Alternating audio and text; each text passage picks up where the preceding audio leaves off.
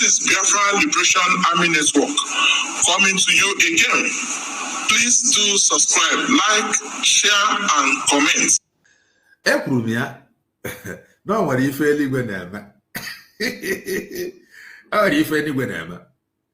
But before my gaba, the only old Dr. Ngozi Orabeze Jikelena TV, but for her to do the right thing. You got to go now. And I have made it clear, time without number. The reason why Tranji query Dr. Ngozi Orabeze. I said that she declared Biafra Hasimba. No, ya signed. Fia Koka, Yaka, as in those signs, the Bunya, Yama Michiria. I answer no, I have the COS. I answer no, na news in the media, but no, I want to surrogate. I answer no, is in the media, but no, I can't to protect the mandate. These few things, and they can both the Aurora. I come out from us, or the desperate Catwas where my family called. Forget if I go by any office, embassy, liaison office. If I saw the boy, he have about people that is looking for something to talk. So if I have for the baby, the raka will go. He have the reason why in the aquaria protect the mandate. Mazeba Gassia Senam Dr. Ngozi Orabeze Emetaya. Mazeba himself will take some blame. Can now because Ogo on about Dr. Ngozi Orabeze the chief of staff, and she cannot just become saboteur. Maka now the gangsters, but if I'm record, and we move. Oh, what if any winner? This very month is very important, and the that is Irweni Babaju Begodro. You got to go on a Habaji, you wait anywhere they get it. You wait anywhere they go, you got to go at the million if I by work over. So, okay, they recruited one idiot. They recruited the idiot. The idiot came online and be talking nonsense about Kelena TV. The attention the idiot seek. And let's say I'm not the idiot, I'm not the same class. After all, the idiot like age. You gotta go.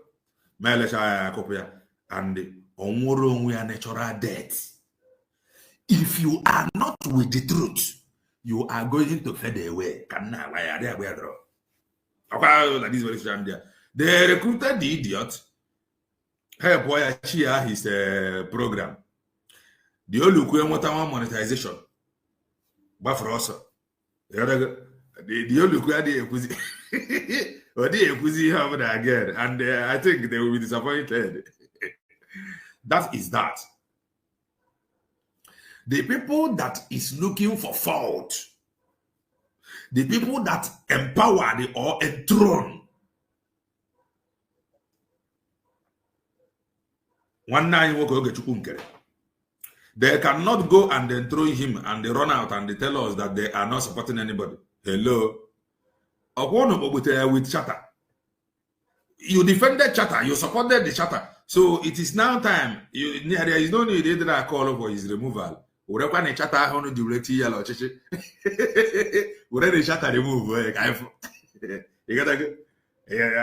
Let's move. There is something happened yesterday. This is how they are. Fault finders. Biafra Unite posted this thing.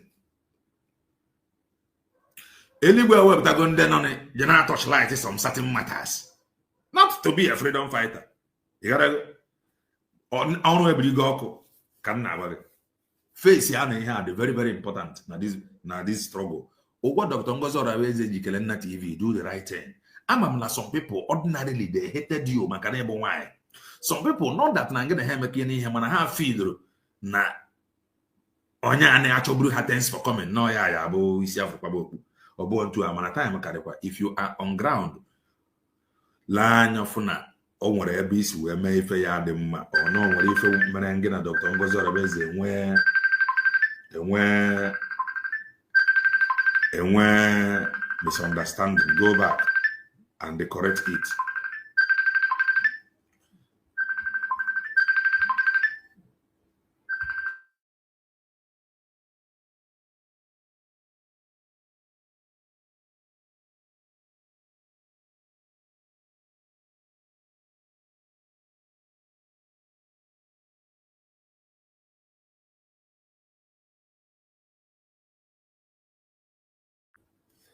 Yeah, sorry about that.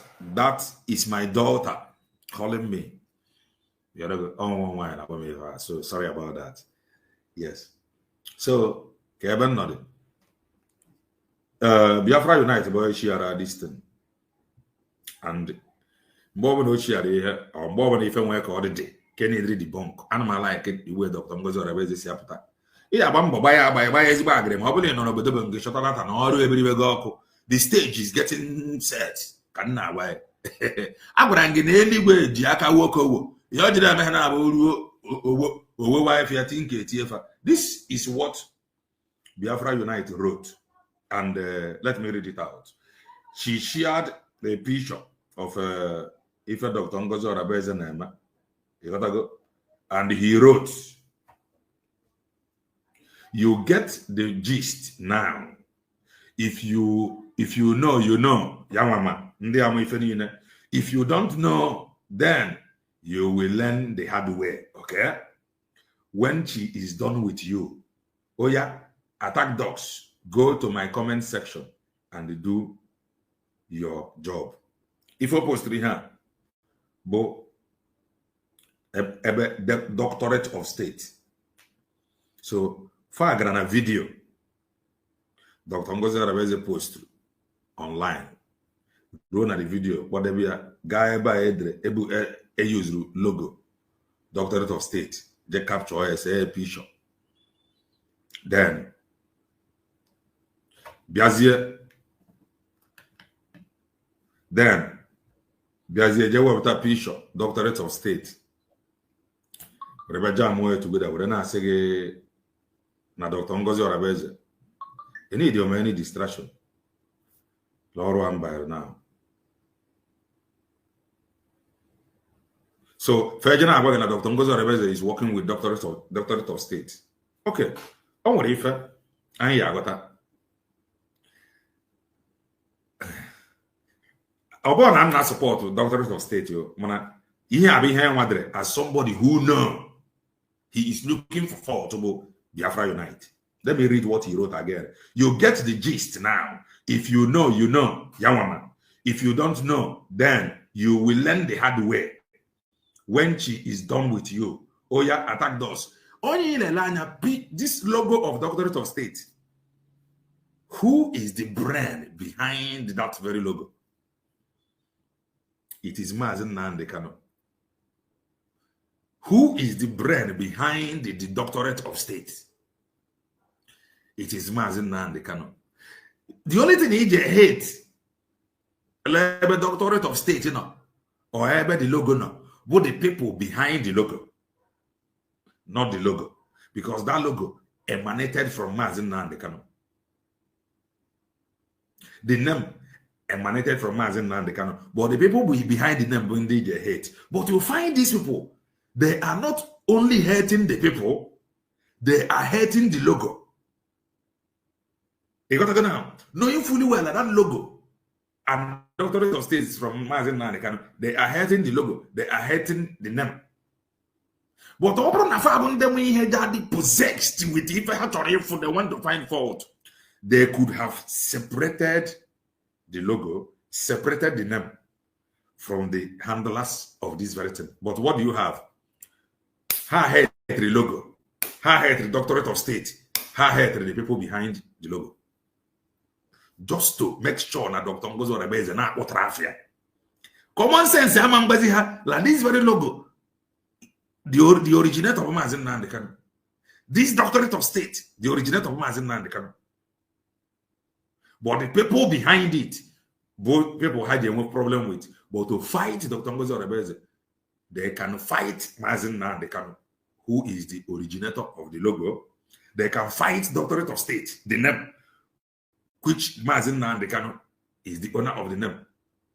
All of them, they are ready to fight in Obana just to get at Dr. Ngozi Orebeze. This is how they are. And here is what Dr. Ngozi Orebeze, what she said in response to Biafra Unite. Magaye you like Abana. If Obana had to have any confusion ha habia. On enwere if I am account her.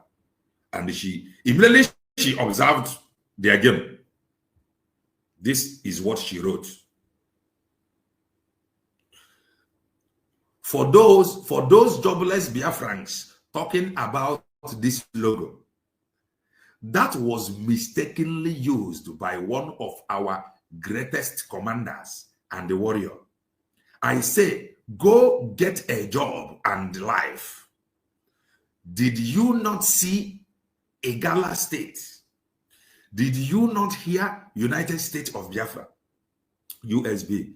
Did you not see them laying a rod as requested by the UXB government for our fallen heroes? Why don't you show Biafrans your own commanders and the Memorial Day programs?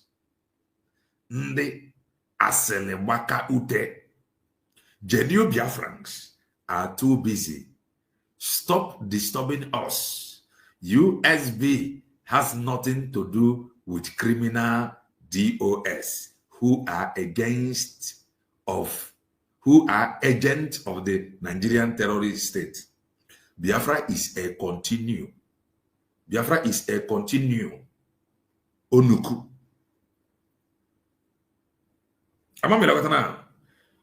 She talked about USB has nothing to do with criminal DOS. The criminals not named DOS. But these people, they are fighting. They can go as far as fight Doctorate of State, which that is the name, but the name of Mazi Nnamdi Kanu or Mazi Nnamdi Kanu Madiafa. They can go as far as fight the logo, which Naham and Mazi Nnamdi Kanu, boy, in charge of the logo. The reason they are ready to fight everything is to get to Dr. Ngozi Orebeze. So immediately Biafra United saw the video. Somebody now raise your don't need to prove it to edit whatever for you to believe. Dr. Ngozi Orebeze, that video Emmanuel send the area. And she saw it. You got it now. But the logo is not her problem. The name is not her problem. Her focus put to the freedom. But to the people who don't want to do anything, to the people who is not supporting anybody, who their intention or their motive is only to tell our people, let us see how they will do this magic. Both the likes of Biafra United, because he have told you they are support anybody. So when you are not supporting anybody, what you are telling those that is bringing money is, don't give anybody your money. You got to go now. Now, that is the simple truth. I don't trust any of them. And he is not even ready to lead. No, he is just telling them, don't bring your money. That is what he is saying for not supporting anybody. After 6 months, the logo. And that logo, the logo he took screenshot from a video. But the woman, the Dr. who posted it, no, she is not after the logo. She is after the higher target. This is how they are. And we have it online yesterday. They did not even talk about the logo again because she have flawed them. The logo, the originator of the logo, Mazi Nnamdi Kanu. It is not about the name. The name, Doctorate of State, come from Mazi Nnamdi Kanu. So the people behind the name, behind the logo, but these people to fight Dr. Ngozi Orebeze, they can even fight Mazi Nnamdi Kanu to get to Dr. Ngozi Orebeze. So that is my point. Let us now go. Because we have asked them, since you fall back, what changed? Why did you fall back? What did you saw that made you to fall back? They saw nothing. And Emmanuel Remijuis, I have respect for that young man. That is the honest truth. I don't know why I have respect for him. That is me. Maybe that is odd my nature. Maybe until the person go overboard. I don't hear my easy. So I have respect for him. That is just my life. Just like the white painted evil woman na France. Any me advice. I loved her as a sister. Who my advice where you about war on social media. I am not sounding to imitate you. With my own tone. My tone, no way I'm going to get there. I don't want to imitate anybody. I am my original. How can I come here and begin to sound tough? Sound like want to sound like somebody? Some people that to go, man. Or even the broadcast of Emmanuel Remijuis, the sea of the sea. You gotta go. His outpost, because anyway is doing something. I will allow it to roll. Then Oru Ebenji I don't know what I can parry out. I don't know what but the end what the abo. Can't do some things you kuraka. Then why we are not move because now I could even see we can have a wire. Dr. Ngozo Rebezo, which TV do the right thing. Can nabag it. You don't even need to do anything for me to support you. For me, hearing Namazeba Buragi to protect the mandate. Eba can no. Mazeba Jabata openly protect the mandate. Not me. Not those following you. Let us move. Keno from Emmanuel Remijuis, the sea of the sea. He is now vibrating. Lester. Against your man Emmanuel Remijuis, known as the Great Seer or the Sea of the Sea, bringing this very preaching to you undilutedly. Our resolve is freedom. If you are not talking about freedom, you are talking nonsense. Yeah, exactly. Biafra people, this very morning, I need to let you know that the kingdom of hell will never prevail. Get that out. I will allow it to roll. Can we give work at Ike cut and join our adium? I will allow it to roll. Can we give work even need work? Let's go. The kingdom of hell have never prevailed anywhere, and they can never prevail, not this time around. Yes. We are anxiously looking for our own freedom. Yesterday, I talked about what I feel, and the reason why I never hit hard on what I feel like is because make sure you hit hard this time. Men and women in prison. The problem. There is no respect anything la brigia. We have to bring on what anybody want to respect there. Because when somebody want to respect, they could have not allowed themselves to be used on these. Nobody. On what any of them not bring want to respect. And as time goes on, you will understand it. Nobody. The only thing any of them they men on a brig is to quit. That is just all. But over my respect, nobody that brig on. Fanche KG Tifanaba. Legend. You talk about things, you must acknowledge those who are making things happen in there. Nobody. You don't override them. Nobody. Yes, you don't override them. And when I mean those who are making things happen, I am meaning those who are going to CPM because so he believed that they actually went to CPM. This here now amazing medical so believe na Nigeria visit CPM can chop here. The problem well I'm as the sea of the sea and then na fozo nine. I'm not to refer. I'm not to believe na Nigeria for Mazepa. After all the lies that he saw, after all the lies, ya nwa na-afụ ọka believe na na-aga eji afụ Maazị Ekpa were ya nwa asị onye na-afụ ụzọ ịghọtago ya nwa bụ onye ma reason ọ bụ ihe ịma mmadụ abụ na-ege ka ọ na-akọ ịma mmadụ abụ trust na ya ga-agbasa gị onye na-ede memo ịma mmadụ abụ na-aga bụ the Lai Mohammed of Biafra struggle. After knowing this truth, how can you convince me that of a truth na ndị a na-eje visit Maazị Ekpa? Listen, until then, no, you gotta go. But with this lie, I am not going to believe anything until I see reason to say otherwise. This is Imam Madado enough that is very scream now.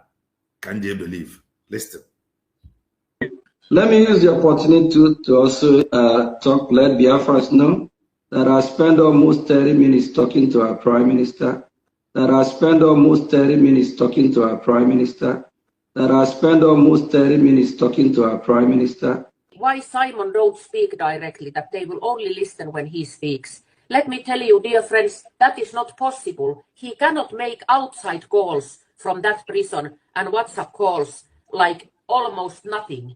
That I spent almost 30 minutes talking to our Prime Minister.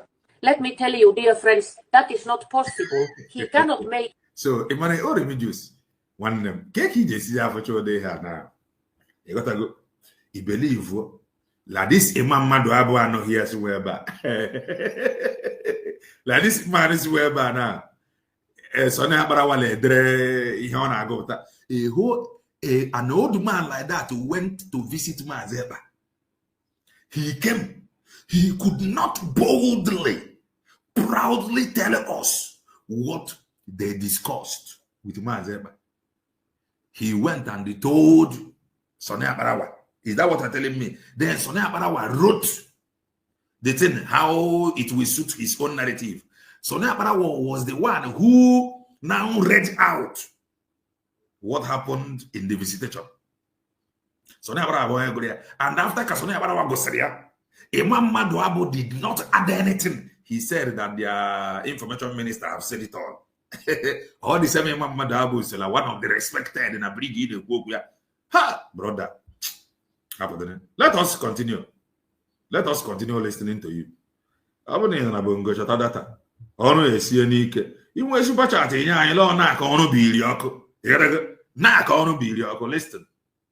BBM, because BM's issue is a very vital issue which we must not override. Okay. And after then, I heard that so many people went on their program talking about me.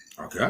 Yes, and this morning I saw Sonny Abarawa saying that I'm a mad person. Okay. Let it be known that he started insulting me first. Okay. Yesterday when I talked... Why wouldn't he insult you? When you were calling for the removal of his of his master. Why would he come for you? That is, he has been coming for everybody by Nkere. Accountability now. So don't pretend as if it is new. You gotta go that he come for you now, but no matter because you want to overstep your boundary. You gotta go. you overstep. How can you be calling for the removal of his APM? He's not going to take it lightly with you. So it is normal. Only different his APM. And you know. So don't get it twisted. Don't be surprised now. Let's move. How can he change Nkere? Talk is about freedom, based on freedom. Based on freedom, you want them to change Nkere. What you should do is to go and bring that charter that you people referred to. You gotta go bring the charter because working man, Biafra United was reading the charter then. Oh, it is through charter that we know. It is through charter we will appoint. Go and tell Biafra United to bring that charter and read it again. And let somebody, let anybody that will enforce that charter, let them invoke their power or invoke the power on the charter. How will they remove Nkere? Because Okuria no, all the social media no through charter. KJC na point. Oliana had that day with Biafra United or not. Oliana, if you don't know support her, or Tapazi after months now, it's in the way Biafra. So. For enthroning him with chatter and letter saying that long way shows that they are failure, that they have failed woefully. Listen to Emmanuel Remijuis. Went on his platform calling me mad person. Hey. But the same person cannot tell you what happened to his brother Holy Ghost. Okay. So when Dr. Ngozi Orebeze asked about Holy Ghost, saga. You gotta go. And up to now, nobody has come out to debunk that very question. Let's continue to listen. Told you what happened to his brother Holy Ghost. Okay. All of them are best of the same feeders. Holy Ghost to Sonia Barawa every time Ngozi Orebeze, that's their freedom. The same thing you are doing today, the same thing you are doing, that is the same thing you are talking about now. And Sonia Barawa, now Ngozi Orebeze with the freedom Hannah fight. The same thing you are doing. Because on any of your video, it's a by picture of Dr. Ngozi Orebeze.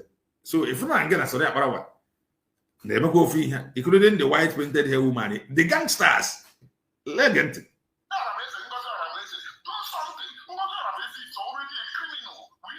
The same thing.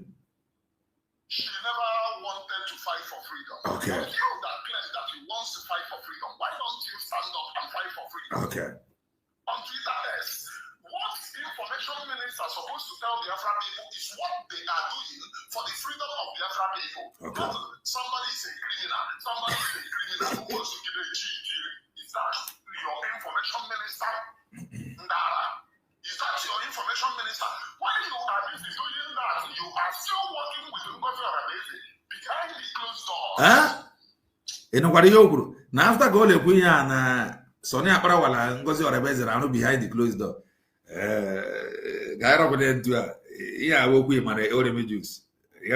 And we are waiting for Sonia Parawa, the Lai Mohammed of Biafra struggle. We are waiting for him to come and debunk not working with Dr. Ngozi Orebeze. How possible is this? I don't know why. I'm not.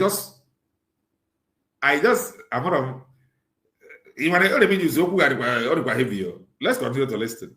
I'm just respecting the people in Britain. They were respected by the side. When they were respected by the side, Oku freedom Kali will go respect.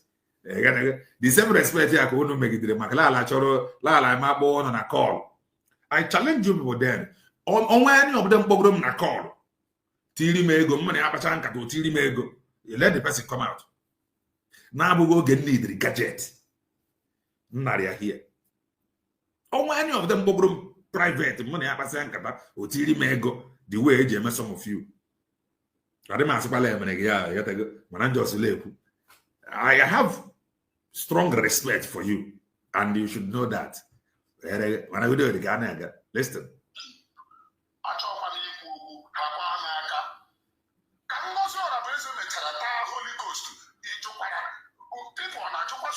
If we flag the accusation, Ngozi Orebeze takwa Holy Ghost. Ngozi Orebeze ọtachara Holy Ghost, pụtakwazi ele ajụ Holy Ghost kedụ ebe ọ nọ. Ya abụkwa allegation o dege ntị.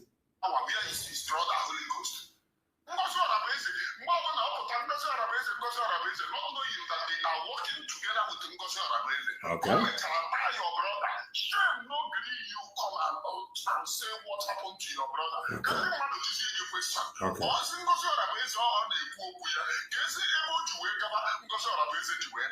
Okay. Evil of the highest order. Social media, we want. Oh, quite the same people all have support to. You gotta go. Oh, we have one dollar here when I had a maybe evil. Maybe how our freedom fighter, more content creator, how could you hear the media? I have what I call on legend. Freedom, we want freedom, and I convince people. Remijuis can't be part of scam. I will never be part of scam. Yes. What I talk about is freedom, and I am a Biafran. Anything that I feel like I come and say it. I said, and I quote, and rightfully so. Nkere must be changed, and for this, I am calling the well-respectable. He said that Nkere must be changed. How possible all this well-respectable on our way now? I forget how possible all the mother but I will put APM. You got to go down. He will put APM with chatter. Keki just see not at the same account he hijacked and they ran away. So you are now going to open another account. What have we heard about it here now? He ran away with the account because he will be with chatter. This you. Keki is here not as the account on the boss from their former group because he ran away with that very account. How are you going to recover the account with him, or you are going to open another account? If you are going to open another account, or that account you have here, or one can you condemn, love can the zoo. God have mercy. Let's continue to listen. Can I change your submit account one hold you about from USB?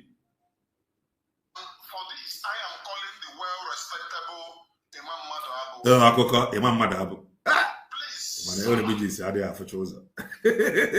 As the seer of this year, as the seer of this year, is supposed to know better.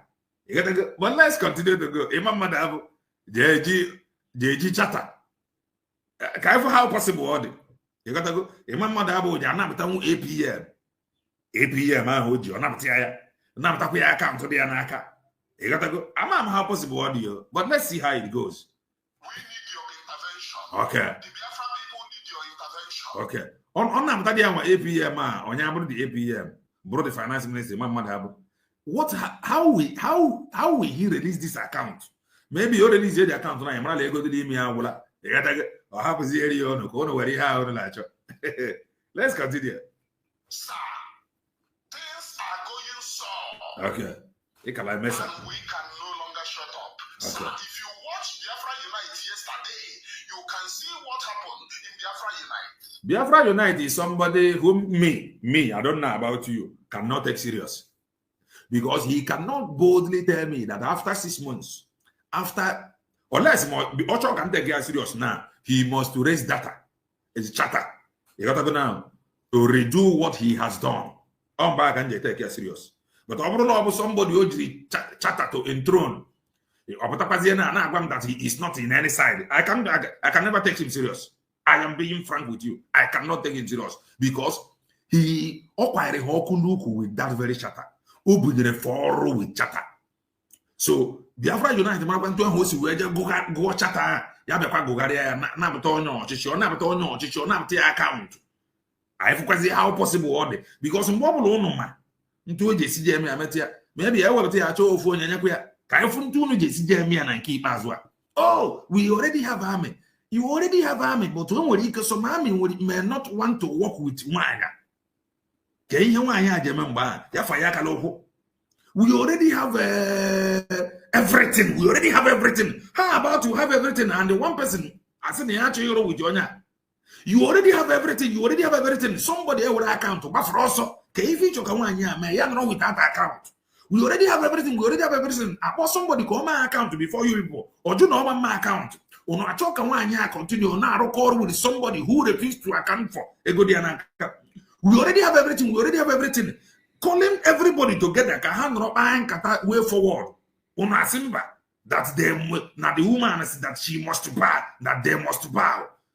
In mutual understanding, how possible is it to you? Okay, kids will believe what this story that why in America, like men on ground, freedom fighters, that they must bow. They must bow. Forget that language you use. Must bow.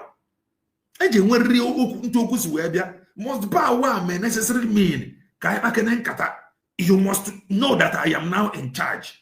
Now why you are in charge? I am on ground. I am go see it. You don't believe you must bow on a fly. Rebi Obrafia. Now, what's set to go? Can you do this? Down this APM, and I'm talking account one. Yeah, I'm buying it now. Heaven bear me witness, I am not insulting you, and I can never insult you. Heaven bear with me witness, I have respect for you as a freedom fighter. Because Ibru more about content creator, Ibru Mozo already have from was weekend to you, more patrol game as ever. And the end you have maka mmegbu a na-emegbu Maazị Ekpa. I'm not a freedom fighter. I'm a content creator. So I have respect for you. But kunu je sije emezi ihe na abụ ihe mtume aka na enezi anya ntonu je sije eme. You can see what happened in Biafra Unite. Sir, and well-respectable people in the cabinet of Briggy, which is the people's government. Okay. There is no other government. Trouble government in that Iran, Apple, and I say, oh, we have an army. Thank God.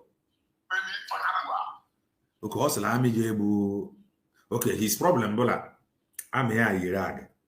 Two, na hebu any chakapu according to him. So to him, Obraham oh yeah, but ha ajana agba mbọ now. A na-agbaga na ndị rụrụ bọọbụ ọkụ na-arụ almost 5 times before enweta ya, na-try almost 5 times before enweta ya. At least the most important thing na abụla enwene ndị fụrụ anya. You got to go. Maybe you like the number. That is an evidence na onwere ndị pụtara apụta. Number 2, bonafa yiri akwa. Mana akwa ha yi according to you no rag. Na the akwa adị to standard into each other. Mana the truth bụ ha yi akwa. You got to go now. Na ha ego chakapụ. The truth bụ na mgbe ESN pụtara ha ncha niile ebucha chakapụ. The most important thing bụ na enwere ife ifuru anarị eme. Mana Dr. Ngozi Orebeze na ife ọ dere ngụpụtara gị before ọ na-akọwara gị mana ha na nke ahụ ndị ahụ ụnụ na-asụpọtụ na-eme nje gba ya n'ọkụ ka hafụ. And onwe ihe ha gosiri gị ịkafu onye yiri agị na-ekwu okwu onwe nke ifuru atọl mana ifuru mmadụ fụrụla yiri agị fụlụ ogbo chakapụ mana nke a efu onye yiri agị efu onye ji chakapụ ma onwe dị ya ihe ifuru afọ everywhere dị blank. Ịbụọla ịtakịrị atọkịrị nepe werela ọkụ ịtakịrịla tiririm.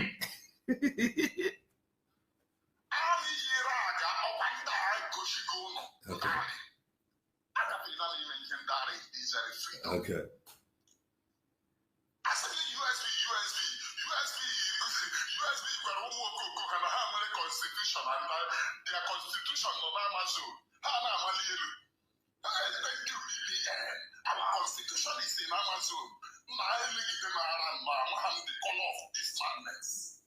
A constitution of a country is placed on Amazon for who to buy. This is the problem. This is the problem. For who to buy? Okay, you need to go fundraising. So, onye buying the interested in Igoria, more than you got a yemino and the Tiria Bahama. Okwuno na acho si wetego. Constitution and the Amazon. Onye buying obula need that constitution. Onye aga na Amazon ogori okwu ụgwọ ego aha abakwa na-akpa na European eme fenem. If you go, these are the things. Odi ya na ọbụna ịghọta ya iju ese. Odi ya na ọbụna ịghọta ya idebekene ihe trade by the side. Adị m ekwukwe na onwere no maka ihe a bụ ihe ha ji weta ya. Mana ihe a na-abụ country aka na-ekwu okwu n'idiri ego. So lee ihe ọbụna we lay our hand upon now bụ afịa esuwe ya afịa. Ihe a bụ country aka na-ekwu okwu ya. Ọbụna ndị na-ekwu okwu nwere onwe a now akọwa na ha megide tụkwasị aka ha lee onye iwel na fama mbido aka ebe a susuru ya afọ afị ozugbo ka a na-eweta ego ha n'idiri ka ife na-ekwu. So constitution na-aja enwe ndị n'idiri ya somebody pụtara na many of them edecha akwụkwọ tinye na ihe a ụfọdụ edeela akwụkwọ maka Biafra tisie na Amazon tisie everywhere na-eri ere na-eme credit money. So constitution na onye ọbụla bụ onye be anyị n'idiri ya jee ebe a gori ya enwere ike na-eri 100 naira iru ebe a ga-egori ya ego n'ọbụla sọrọ gị. Ihe a na-abụ part of raising fund. Ifugia ya aside nsukwa nkọwa side that constitution. Adịmasịkwala ịma yi nwere ike ịmara ya mara because of lay head Dr. Ngozi Orebeze na-efutara ya si criminal na-efutara ya asị ọra bụ goro Fulani. Lying to yourself, a grown man, lying to yourself, a full-fledged Igbo woman about Rabu Goro Fulani, the sea of the sea. Ndị na-afụ ụzọ nke a. Oh, record here. Let's continue. Is it for the country to buy? Is it for the citizens to buy? It's for the citizen to buy. It is for the citizen to buy. Makala, any Diego fundraising. And only Obolama. Now the reason you were there about okay, it's where by an area is where go. Let's continue. And I will no longer support Trump. It doesn't matter. This is my own opinion.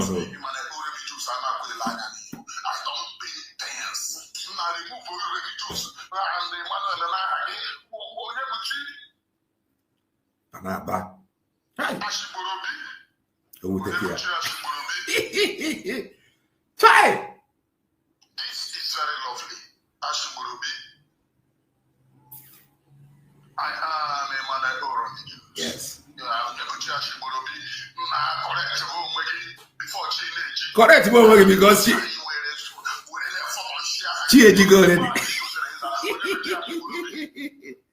already. Very, very good name. Yes. The names of saints. Yes, Ashiborobi. When I spoke yesterday, I never insulted anyone. Yes. But I saw them raining insult. How much have you contributed? Do you know how many people that I bring to sow money? Okay, you bring people to sow money. How many people has Biafra Unite brought to sow money? When he can boldly tell them that he is not supporting anybody. Huh? Who will now put his money to support people? Biafra Unite la broadcast ya na akpọ ọkụ n'ọnụ yet omanji broadcast ya na akpọ ọkụ n'ọnụ gba ndị mmadụ ebe fa yeti ego ihe ọ na-agba ha bụ jide na ego. Don't trust anybody, hold your money, because me, Biafra Unite, I'm not supporting anybody. If you want the people to perform magic, you want men on ground to do wonders, empty hand. You want the government, government here is ego. Let's continue to listen. Do you know? My conviction here alone, do you know? This is the problem. Many of them believe in social media la fighting for freedom. That is it. Some of them believe now federal government is actually listening to them. People that is well read is actually listening to them, putting their money, that they are convincing people to join the freedom. Some of them feel that this is their broadcast now.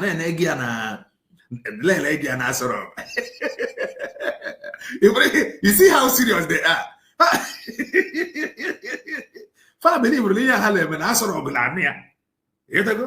They believe that Asarog, when I broadcast, Asarog check everybody. On nekendi no na social media when data bundelege ihe onye obula na social media na-akọ including Biafra Unite. That is the simple truth. That is the simple truth. Get your radio Biafra into our bro here they call YouTube. Let's continue. Do you know? Recently I pulled out a whole country leadership. Recently he pulled out a whole country leadership to join Brigade.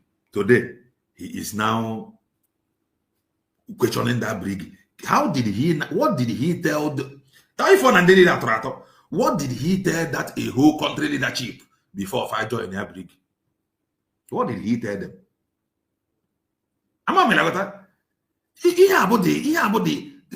If I join some of these people, if I have that a whole country before I joined a Brigade recently, and today, he is now on the neck of the same Brigade.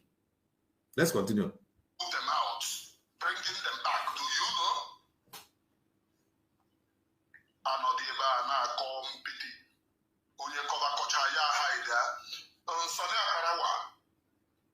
I need an unreserved apology. Okay. I need an unreserved apology. You have opened this can of worm. I need an unreserved apology. He cannot do it, and you know. If not, my exposition here, lest you wouldn't like it. Yes. Oh, if I You can. would never like it.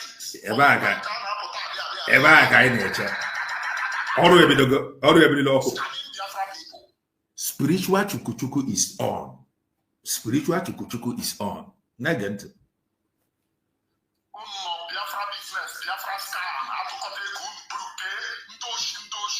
That is bad anyway. By me saying so, I mean two individuals. Okay. He is the person that brought it. I did not call names. I did not call anybody names. But since he went on calling me names for my view, I am a Biafran.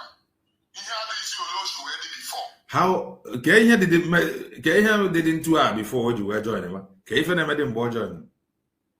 And how long go take before joining Brigade? You gotta go. And How long go on go brig before choban no ka anybody na we are just asking. Heaven be any witness. We tell me if I can worry about saga and the way you go there me analyze. I don't me analyze can worry about saga. Man, the reason why you we tell na okubole nya kukweta kuzie na akpari na so na akpara na akpari. Then now some people that I know that they cannot do anything well respected. Oh yeah, but the reason why to tell him that there is no well respected anybody. There is nobody in Brig that will do anything. The highest thing they can do in that Brig is to leave Brig. That is the highest thing they can do. The highest thing they can do again is to come out and they announce that Nkere is no longer the PM. And I know that Nkere cannot submit that account they ran away with to them. And what will happen? They have to know and now go and open another account. How face that Dr. Ngozi Orebeze have faced or if he's facing that is just the only thing in the web. I have respect for him and he can attest to it. You gotta go. And don't put respect for him. I have never spoken with him on phone. Money I have before. He don't have my number. I don't have his number. But for the first Lord, no online steady. Online steady. Like a Lena TV with respect about. But I young good to see the how possible what you remove Nkere? Remove go there. Remove the one. Remove the one as APM. That account he ran away with. He about the reason we're trying to make this analysis. Apart from that, I will just leave him and I am his own. My own. You gotta go because only Okubru USB. We got Bakuro Nkere. Ono with Nkere Hakem Budina and the Muakan Weben no. You gotta go. So, and the money over any clash. That is that. Now we're going to walk more Obokrofik. And I welcome it too. And Oga, I threw some word to him which I did not go all out. We are attack. Because I know I respect him. Let's move. I need to ask a question. And in government of anywhere you live, if something is not going wrong, you ask for change of leadership. Obviously, the change of that leadership can somebody put change this leadership. Ha grab or and they man so now about the brain behind the Kababosa. Yeah, about brain behind all this memo. If ran yeah, about brain behind all this we have visited. And the Eggman is still waiting somewhere. There is something that he wrote that I saw. The Eggman, he is not yet out to because now yeah, his boss. Boy, no. You gotta go. Let's go. I am Emmanuel Remijuis. Yes. As a great seer or the sea of the sea. Yes, if it goes like him as well. I never everything go. And the rest who think like him. Yes. During the time that Biafra people put protest in Finland for our prime minister. Another lies of theirs. The release of our prime minister. Sonia Barawa come up with you see why I am playing this video now? Because he now made mention of Sonia Barawa, and I have said it before that he is the Lion Mohammed of Biafra struggle. Yama all this memo. After Kandiati their protest, Sonia Barawa came out and announced their own protest with date, up to date. That date has come and gone. Yet, no protest, no Sonia Barawa, no chew, no flag, no traveling ticket to Finland. Everybody had that memory. Who can even ask Nkere a question? Nobody. Listen. It's 26th of May that they are protesting, which divided the Biafra people. Some said since the government have put dates, why are they going on protest? I want to ask Sonia Barawa and his APM. I want to ask Sonia Barawa and his APM. So he is no longer your APM. Hey, when I go to Remijuis, no wonder this guy is Abademba. No wonder the Lai Mohammed of the struggle is Abragemba. He's APM, no longer your APM. Oh my God. What happened to that very protest? Hey. 26th of May, has it not passed? Now, Biafra people, you can recall that we cried and cried for protest. These very people never did. Which prompted some Biafra individuals to put it at home. The same thing that I said then. Yeah, I won't never on Finland. So never got yoga. That protest, if Roga, half of the yeah, I would never end up Finland where they arrange that no man, that no woman will take the glory. But what do you have? Let's continue. They castigated it. They said who asked them. In order to solve that particular sit at home, I mean protest in Finland. In order to solve that particular protest that have been already fixed in Finland, yes, they came up that on 26th of May that the government has fixed protest. Okay. Have you people asked what happened to the protest? The same lies continue. And here is the lie. This is why I am where I am. Listen to this lie. Let's join the hearing now together. Let me use the opportunity to also let Biafrans know that I spent almost 30 minutes talking to our Prime Minister. That I spent almost 30 minutes talking to our Prime Minister. All of them know this truth, that these lies.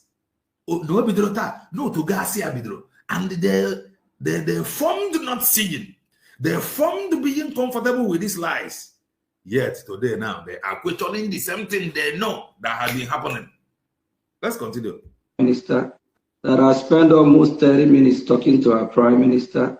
Why Simon don't speak directly, that they will only listen when he speaks? Let me tell you, dear friends, that is not possible. He cannot make outside calls from that prison and WhatsApp calls like almost nothing. That I spent almost 30 minutes talking to our Prime Minister. Let me tell you, dear friends, that is not possible. He cannot make outside calls from that prison and WhatsApp calls like... However, the lies they lied about the protest. I just brought this thing. This is I can call this one that I just played ancestral lie because in Kabuza, I think I will go ancestor. It's something that happened last month. This lie here has been ancestral. Ochi has. Are they no longer putting the protest? No. After disturbing the protest that Biafra people organized in Finland, Okay. you hear no other protest anymore. Nothing. If it's not a deliberate plan Okay. to undermine our PM. Okay. And I am asking How do we do that? conscientious people in Brigade cabinets. I know that they are well respected. Nobody. This is nobody. This is where these are the reason why I am playing this thing. Not to analyze your program, but I am here to tell you that nobody, even if any of them try, can that man submit the account he ran away with to them. And if he did not submit the account, which account are they going to bring now that you people will not fight? In about the reason, this is your program, not to insult you, just to tell you that nobody will do anything. Just to tell you that even if they try, he cannot submit the account. Even if he submit the account, maybe he go there anymore. You gotta go. Let's continue. Asking you people to stand up. This leadership is not, we don't run Nkere leadership, we run government. It is Nkere leadership you are running. How can you tell me that you run government? Wait. Biafra Republic government in exile, which BN is the head. You run Nkere government. You got to go now. Because if you are not running Nkere government, you cannot hear about surrogate. And they still went. You cannot hear go and tell her to protect the mandate. And they still went. You cannot hear these lies of speaking with Mazepa on phone for 30 minutes. And they still went. and many other lies. You cannot hear it and it still went. So I am telling you, brother man, you are running Nkere government. Thank you. Not Nkere. I am asking you people to stand up in order to You are not running Nkere government, but you know that he is the APM. You know that he is the finance minister. And since then, you are comfortable and went back. Nekia. Keifi through a 3 or Mazep about the PM, Mazep about the finance minister. Man, only about the PM, only about the finance minister. Ihe akarabu a danger. Darabefo, remain or even remain neutral. But if sorry if you misunderstand that word. But now he wants change. How will the change happen? You saw it before you went there, so leave it for them like that. Let's continue. Put things right. To put things right, we need crusade, we need church, we need the parishes to carry out crusade. Yes. The pastors are no longer the pastors of Holy Mountain are no longer holding prayer session. Only the crusade, only the pastors of the Holy Mountain can hold crusade. Man, you Moses here, Japa crusade ya. Moza more the Imaniha Udum. And don't want some Moza, they are the motorable. So they are doing Moza. Oza esi crusade, Oza esi mountain, Oza pastors esi preach. Moza, more maybe by Loza the 18-year-old block to make sure I'm motaga for that side. On a bridge, Yawajigo, that's also. Or they are doing in your trouble crusade. Or they are second na crusade, or into the CDMA, Kamana, into the Simaku Hemba, Mba. Or for crusade, or for preaching. They are no longer holding crusade. They are no longer speaking in tongues. And he's not happy. And he's not happy. In our ministry, yes. That's the only thing that when you are. He needs signs and wonders. So this signs and wonders is not coming. I check on the whole that maybe Giovanni Nkere. The name and signs and wonders are there. Man, how the called yesterday, like his broadcast today. After they insulted him, he is now calling for his removal. Okay, let's continue. In the language of heaven, yes. You echo and evaporate. Yes. You make the world power to talk about you. Yes. That is, if they refuse to talk about you, yes. You push them to talk about you. Yes. But once you fold your hands, once you say, oh, Obasaham, nobody will talk about you because Obasaham. Yes. That's the truth. Obasaha, everyone there. I have asked this pertinent question. I did not call the name of Sonny Abrawa yesterday. But he went, sponsoring some Iraq to come up to defend their nonsense. The same Oluku sponsored against me, talking rubbish. The Oluku had alumni. Oh man, I am just looking at him. When I am that he's an embodiment of evil. I'm Arabia.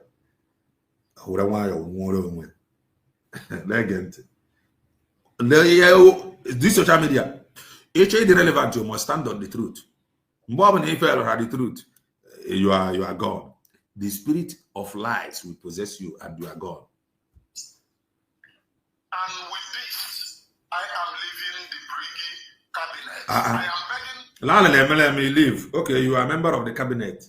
Okay, all the go guy for back. How about it was a particular cabinet, and now you are leaving the cabinet. Hey, that is so soon. I went to what I didn't want. So he have left the cabinet. Maybe we are waiting for them to issue memo in support of this his word. Guy who goes here. I am not commanding them. Okay. I am begging them. The well-respectable people. Nobody there. There are well-respectable people. Nobody there. There are well-respectable elders.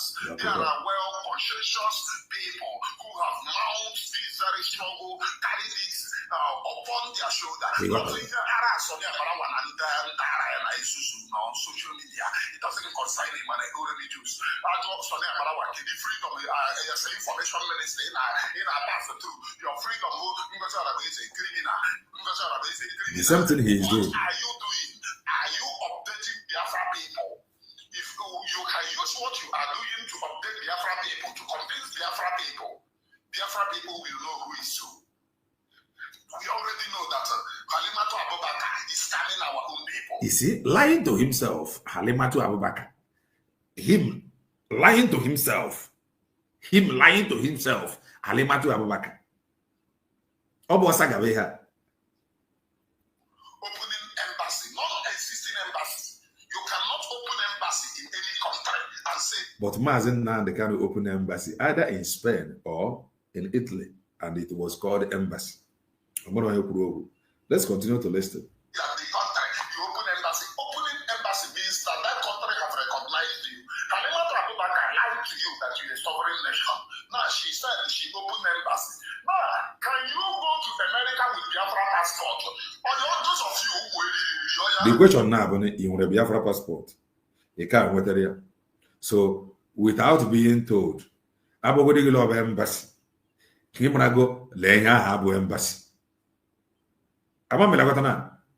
Boy office yobana. Boy and name yobana to reap and to is Jesu to it. You got to go?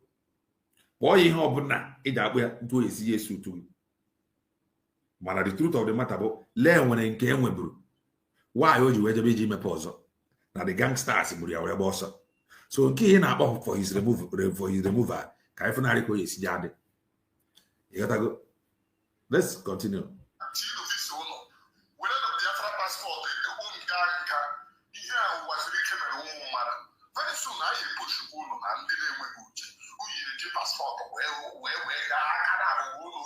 Yeah, I can't na akọrọ ndị be anyị.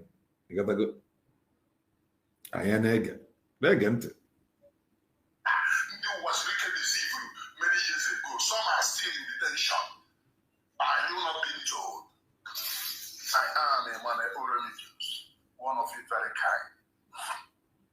Are you not being told, or are you not alerted, that most of the people Rafu was received those days, some of them are still behind bars, and this very scam is what I am against. In the other hand,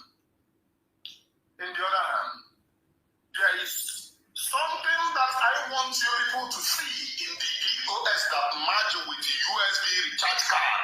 Okay, here now, culture equal with that thing that I first made mention of. When I'm going to go to I don't think I could release your quarters you change legend. USB industry. How many of you remember before the arrest of PM that Uchechi was saying 10,000 signatures for PM? 10,000. Imagine for Mazen Namdekano, 10,000 signatures for Mazen Namdekano. Have you asked Uchechi where is the signatures now? After the arrest of PM, Uchechi have suddenly disappeared. Maybe after listening to this my program, she might reappear. You might have it very, very shameless.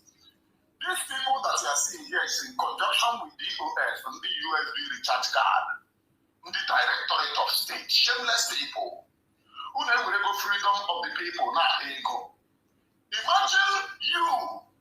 Before we go to Finland to declare Biafra, we are saying if we declare Biafra, this time that Musa is crying everywhere in not we are saying, it is Mazep that said it. Legend. If we declare Biafra now, will you ransack them? Will you protect our territorial integrity? They declare Biafra. Okay, una declare.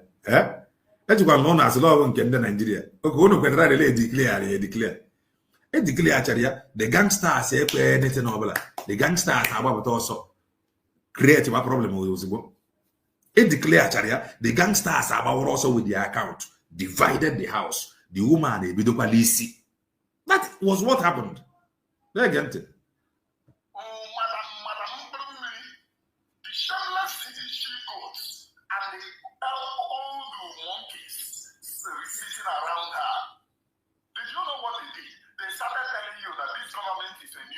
the government is a new government because how with everything in place. Immediately after the declaration, the gangsters moved. You got to go. Jana Akoro and Dr. Ngozi Orebeze postponed fundraising. For that reason, so it will not happen. They even used the word cancel until Dr. Ngozi Orebeze came out and they said that she did not cancel it. She only postponed it. Can the Finland recover from expenses? On your social media. So here what I account to also immediately the declaration for their own. The woman a bit from scratch, they present the account to account.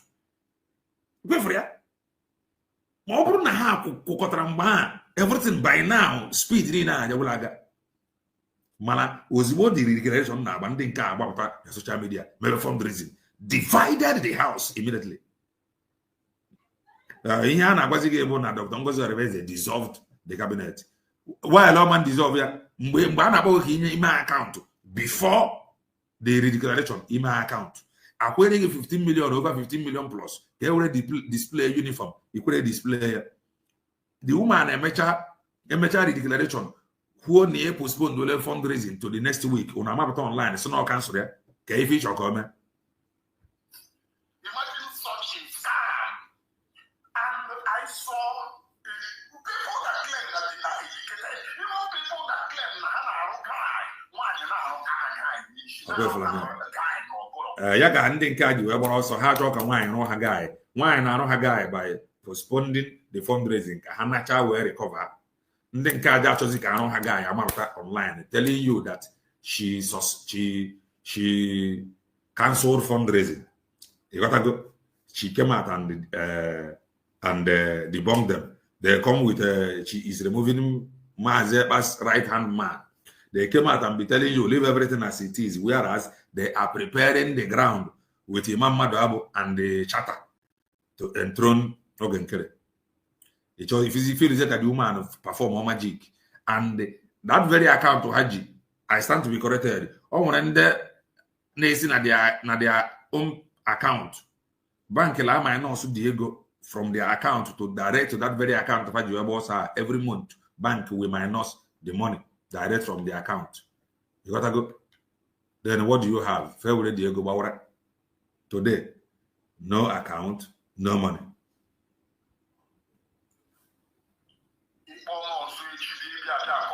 And these very people, to convince the Afro people on what they are doing because they are not doing anything. Why did you fall back? And I probably told them that they don't need any nation to recognize them. Yes. And how would they wholeheartedly? You don't need anybody to recognize you.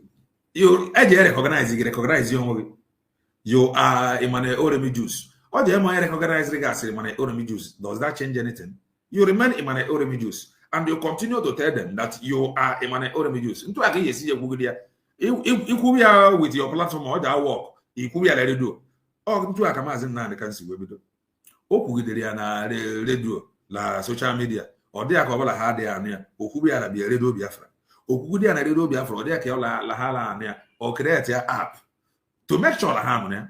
So here declare ledger for recognition. Haja ania, and in a press for that. Even into a Mahajania, into a KJC, you remember is gearing towards recognition. If probably in a man, I was on a G, and I love the Tiopo, na bank at around table, na the letter. Everything you are doing is under recognition. They cannot reason for themselves. Okay. Where can they have the brain of reasoning?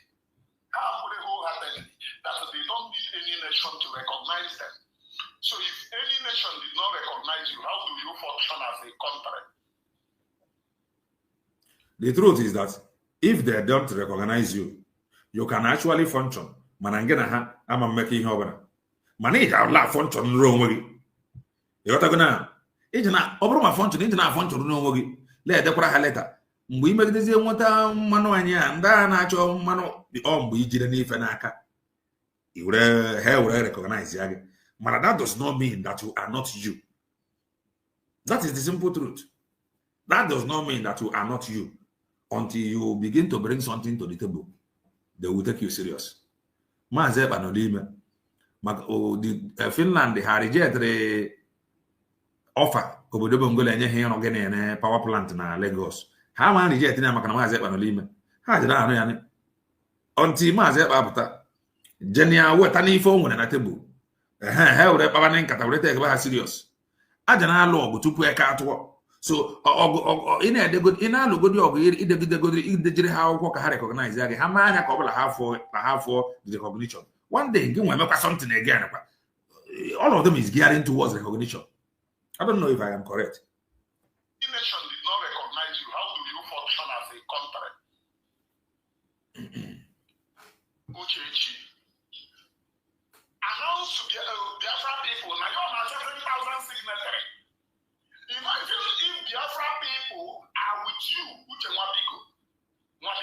Is it 10,000 signatories that you will look for? The answer is no. 10,000 signatories is an insult to Hamadike, who controls over millions of Biafra people. You are looking for 10,000. Begging people on Twitter, 10,000. Why she did that because I castigated her that she's working against her husband. She came up with 10,000. After the arrest of PM, there is not weak who just complete her mission. Evil people. Posterity will judge all of you. I am Emmanuel Remijuis. I give no damn. It doesn't matter what you do. It doesn't matter the lies that you propagate. It doesn't matter the propaganda. I still remain the same. I go nowhere. I stand here 24 hours. Letting you to know that you go nowhere. You stand there 24 hours. The people going for recognition, they go nowhere. They stand to 24 hours. They got to go now. The people building embassy, you may call it embassy ahead of time. You may be seeing it as an office, but how annually also in 2 years' time, if they decide to convert it to embassy, they can convert it to embassy. That is that. Of which they refuse to let you to know. I am Emmanuel Remijuis, one of you very kind. And from me from here, from the temple of the great Sion. It is good morning, please. Bye. From the temple of the great Sion. The reason in the way they have. Ọ bụ na ileruo anya akparị ome ya akparị ịghọtago na enye m ya insult enyego m ya few reason nji wee wepụta ya. The reason bụ ama ka m fụnarị ntụ ha ji esi were wepụ oge nkere na ha ama mmenwe ya. Ọ bụrụgodị na ha succeed ya oge nkere o ji enyenwu ha data akaụntụ o ji wee gba ọsọ. Ọ bụrụgodị na onye nwe ha dị akaụntụ o ji wee gba ọsọ ị mara ma ebi na o nwezi ife dị ya n'ime ịghọtago na. And ebe o kwuru na well-respected men and women nọ na brig. O mee any well-respected men and women nọ na brig. Ebe o kwuru okwu apology and or the attack. The Lai Mohammed of Biafra struggle bụ Soni Akpara wanyere ya. Ịghọtago mụnwa na-ekwu na Soni Akpara kwesịrị ime ya attack because ọ tọchịrị the ọga of Soni Akpara. So ihe a bụ my point nji wee wepụta ya. Not to insult him, not to mock him. I have respect for him, for everybody. Can you go now you understand? Kai fun ke beziokwu no gede si ke na eziokwu na ha ezecho ike abịa. Ise